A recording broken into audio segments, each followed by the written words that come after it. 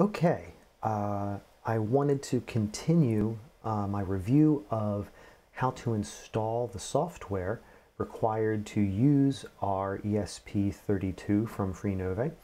And where we left off in class, we had installed the device driver and we were prompted to reboot our computer.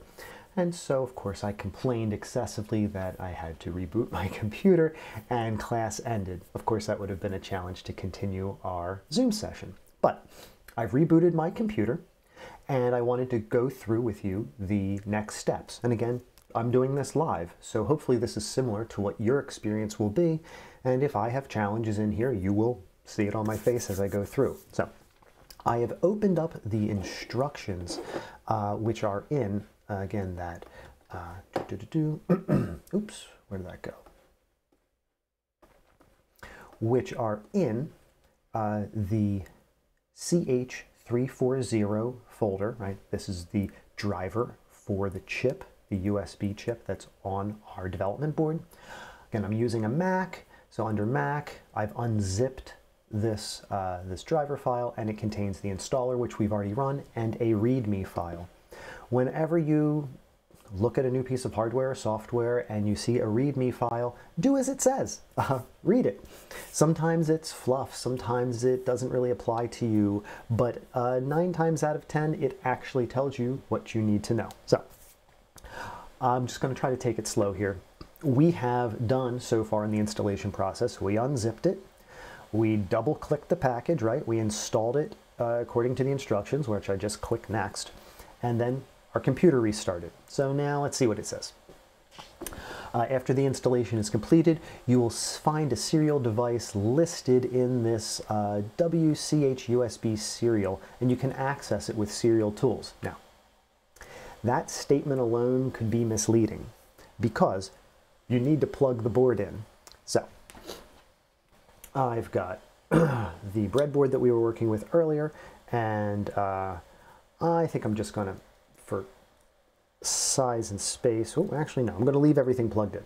Right, during class I unplugged the board, but I also showed you that that risks bending pins, so probably I shouldn't mess with it too much. I will now come over here and grab a USB cable, and I will plug it in to the USB port. My expectation, and of course there's a small green light and a flashing blue light. Excellent. This is the first time this has really been running, so I'm not sure what program is on it.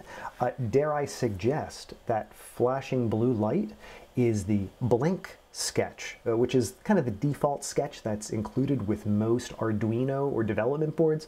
Flashing an LED.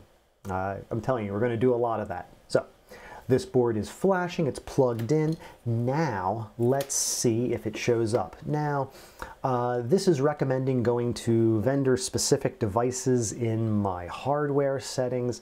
I'm going to just go directly to the Arduino IDE and see if it shows up. So here I'm going to open up version 1.8.13. You'll notice it says _portable.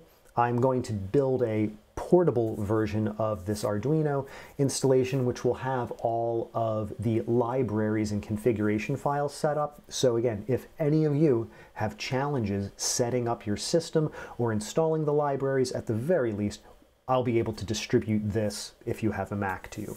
But I'm sure that you'll all be able to get this set up on your own. I'm just trying to think ahead. So I will click. All right. And as the Arduino IDE loads, I will patiently wait. And here we are. The amazing blank sketch with just a setup and a loop. Now I'm going to go up to the top here and go to Arduino Tools. And under Tools, I'm going to highlight Port. Okay, so what port does is it tells us to select the specific USB serial device which we're going to be programming. And from our instructions, we see that we're expecting something which is called TTY WCH USB serial. Okay, back in the game, Tools, Port, there we go. So we see there's a couple things that show up in my serial ports here, okay? Everyone's probably going to have a slightly different set of things. I have all kinds of weird devices on my computer, so there's many things that could show up here. A Bluetooth port, which is kind of generic, Galaxy Buds, those are my headset that I use. Weird that those would show up as a serial port. Well, we'll hack that later.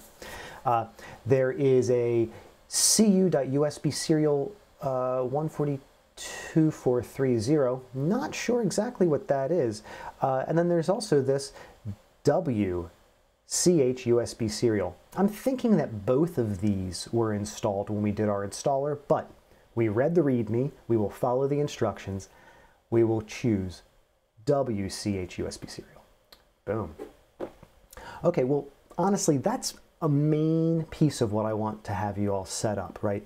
Get that driver installed, reboot your machine, and then make sure that in the Arduino IDE, it shows up as a port here. Okay, let's continue to read the README, right?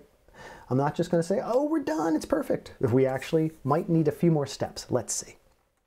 We don't need to worry about the vendor device tree, right? We just showed ourselves that we have this in our Arduino preferences. Note, under Security General, you might have to,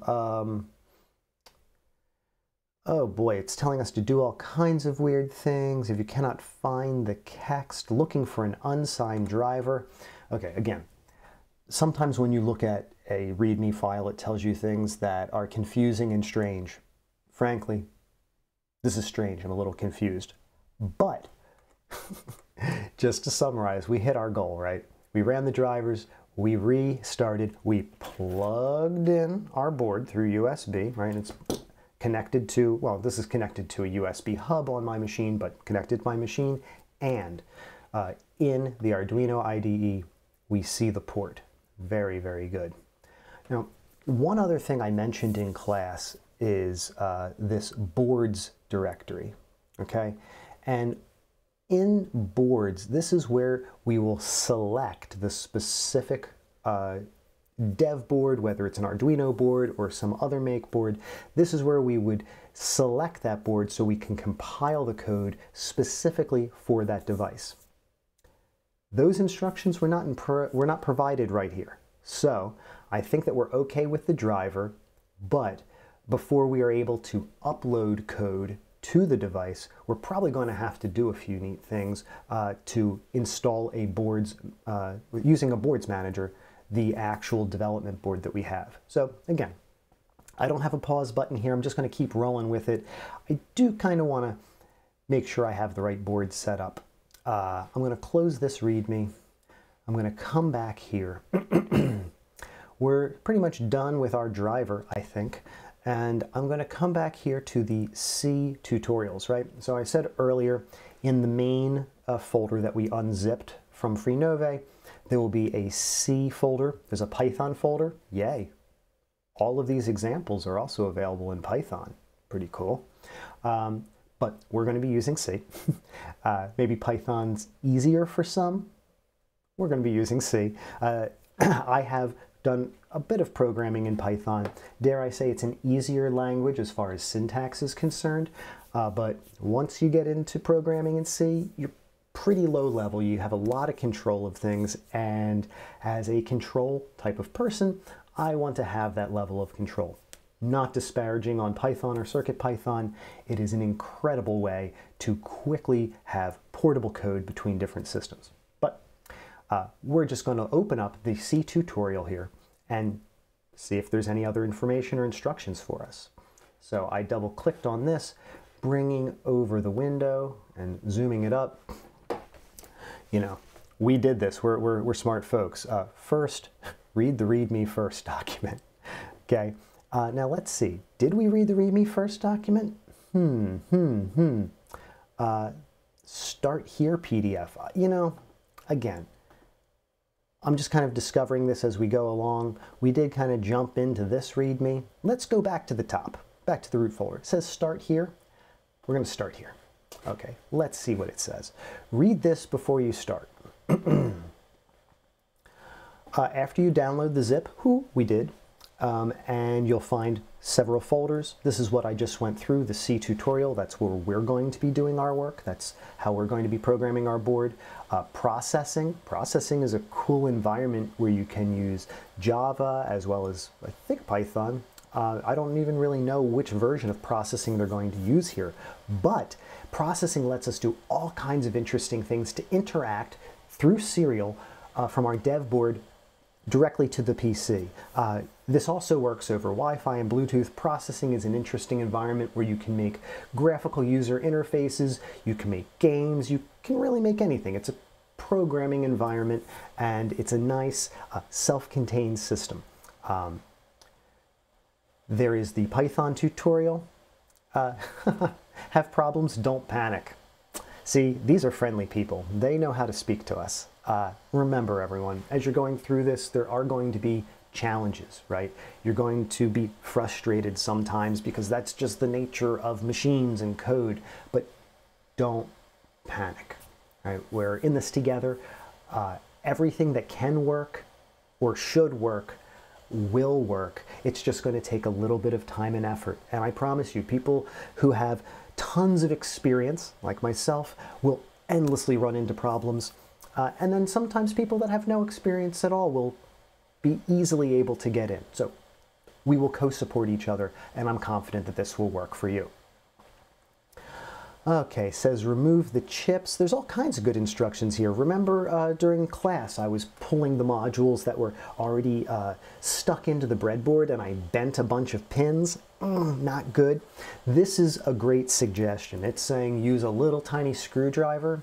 I'm not sure, I don't think our kit comes with a little tiny screwdriver, but I have a bunch of little tiny screwdrivers here. Just be careful when you're pulling out chips. As this shows, if you lift up one end, you can use a fingernail or a small flat object. Lift up one end a little bit, I'm talking 1 millimeter, a little tiny bit. Then lift the other side. It's kind of like shimmy a chip out of the breadboard. There are breadboard and socket pullers, right, where you can just pull a chip out. It's a little tool, but just be careful if and when you're pulling your chips out. It's easy to bend the pins. So let's just keep scrolling through. Oh yeah, here we go. This really shows it here. Don't lift it up at an angle because you're going to bend the pins on either the chips or on the different sensors and LED modules we have. So careful and slow wins this race. Let's see. It tells us to install the latest Arduino IDE. We are getting 1.8.13. Failure to load sketch, things are abnormal. This readme, again, has a little bit of information that's good for us, but the rest of it is kind of silly. Here's some good advice. If the device functions unusually or malfunctions, press the reset button or unplug it. So it's notorious in the world of Arduinos and dev boards to have to unplug and replug in the USB in order to turn the machine off and turn it back on again. That is extremely bad for the connectors, right? We want to put as little pressure as possible on that USB connector. Every component has a limited lifespan, right? Tactile switches and small buttons might be rated for 50,000 presses. Sounds like a lot. In a video game controller, that's not, well, it's still a lot, but everything has a limited lifespan, and by tweaking or putting pressure on this, unplugging and plugging it in, it makes a mess. So if you look at your board, you'll see printed very, very small, one of the buttons, there's two buttons to the left and right, or above and below, depending on your orientation, of the USB port. One says EN/RST, RST means reset, and the bottom one says boot/ID0. I'm not going to theorize what the second button does, but this reset button can come in very handy. If you're programming the board and you've chosen the wrong settings in the Arduino IDE, you can break things, meaning it'll be very hard to get the board to recognize correctly. It's not a challenge to mess stuff up, but this reset button can potentially solve everything for us. So I'm just going to press the reset button for fun. You'll notice the blue LED has stopped flashing, and then after a moment, it begins flashing again. I turned the machine off, and I turned it back on. The printer works. So, all right, so this is good. Now, I'm just going to continue going through the readmes here. Again, this is the process that you should do. So we did the start here. Next, I'm going to open up readme. This one, of course, isn't a PDF. It's a .md file, and this opens up, for me at least, in BBEdit. You might have a different text editor. This might come up in some generic text editor or something else that you run. I use BBEdit.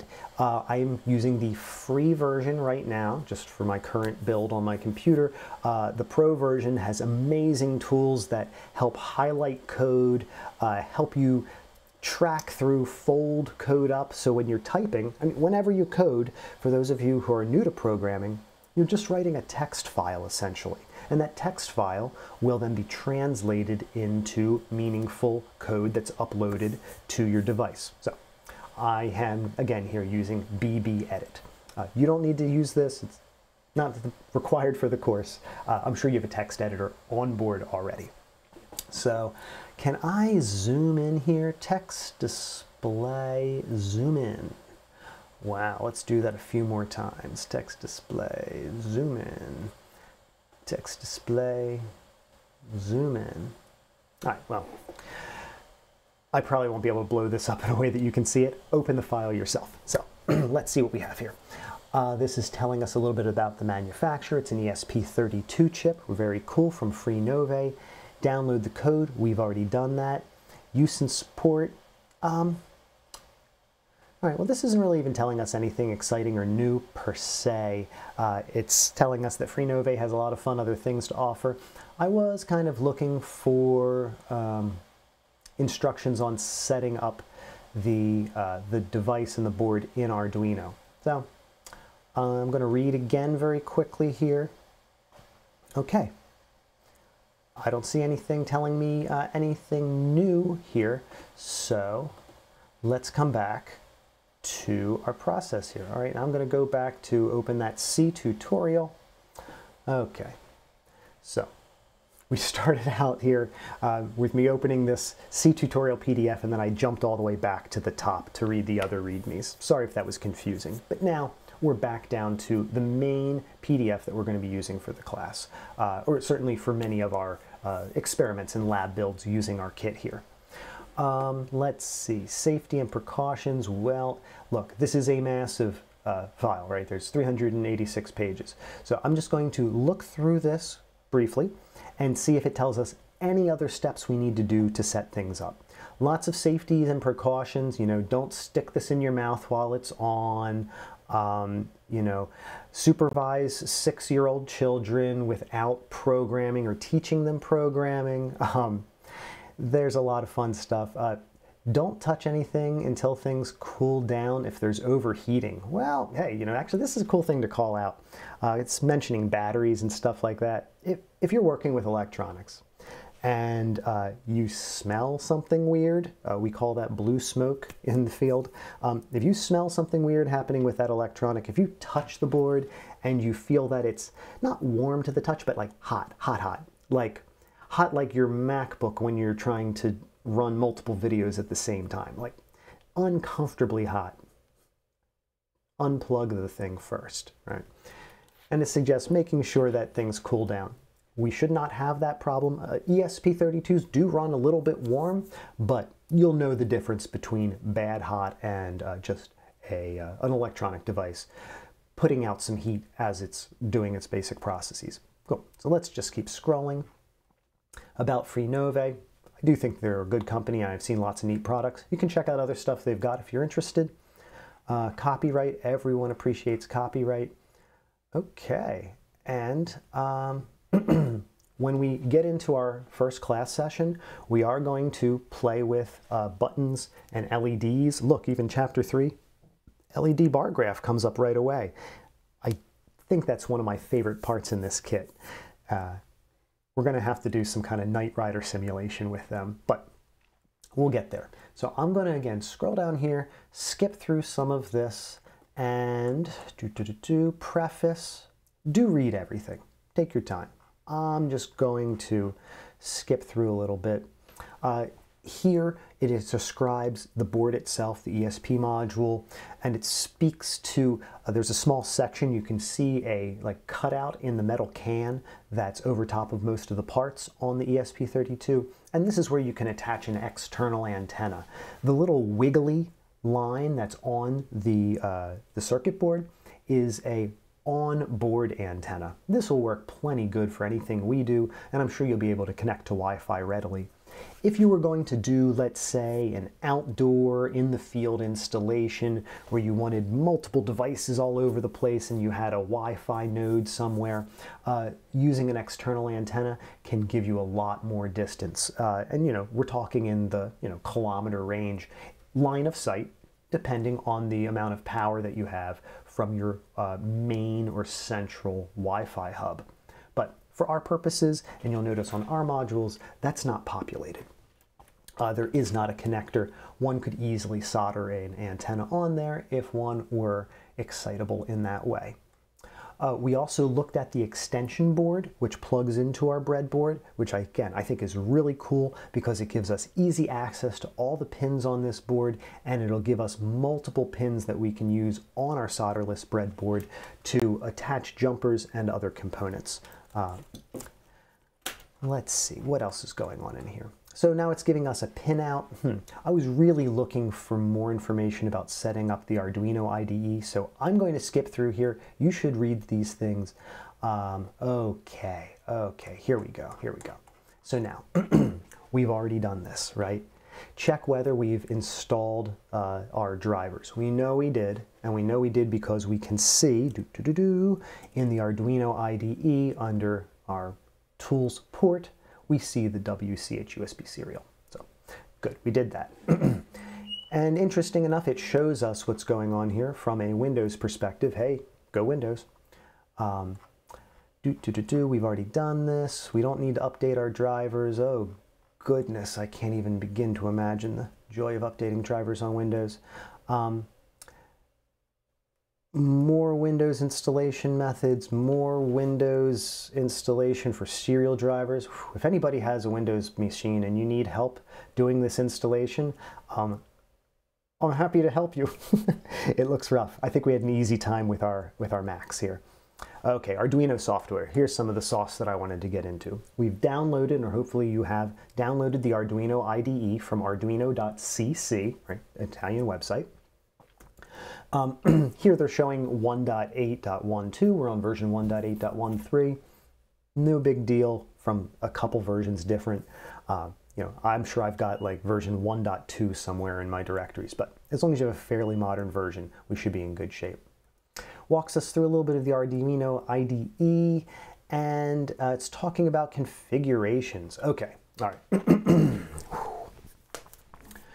Environmental configurations. This is how we tell Arduino that we're using this specific fancy Freenove ESP32 board. So we're going to have to do a little bit of setup with our configuration, and even though these instructions might be Windows focused, I'll go through it from a Mac side, and it should be pretty simple for us. Let me bring Arduino over here. I'm going to, it says go to File Preferences. I will open up Preferences here. Bing. This should look very similar to what yours looks like, and the important part is down here, Additional Board Manager URLs. Exactly where my head is. Let me scroll that up. Okay. Board Manager URLs. Essentially, the Arduino IDE can take a website which hosts a definition file. Sometimes this is on GitHub. This is also on private or individual websites. This makes it easy for us to just pick our board out of a list once we're set up. Okay, so additional board managers URLs. Okay, and this is what we need to type in. So I'm going to come down here. I'm going to click these little two windows here, and it's going to bring up a text box. And I was hoping to be able to copy and paste this. Oh, there it is. So, I'm not able to copy and paste it easily. I'm going to right click and choose copy link, check that out. Otherwise, you might just have to type it, but copy is always better than typing, not because I'm lazy, for accuracy.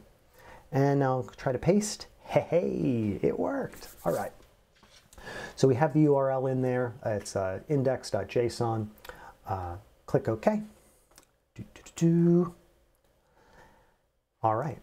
Now we're going to click OK here, and we're going to close our preferences. Now, what we've done is we've told Arduino, you can look on this website for a special board definition, but we have to explicitly choose it. So again, in Arduino, under Tools, I'm going to go to Board, right? See the familiar Arduino Uno name, but we want the Boards Manager at the very top here. Okay. And so I'm now going to pop back here and scroll down, see what they're trying to ask us to do.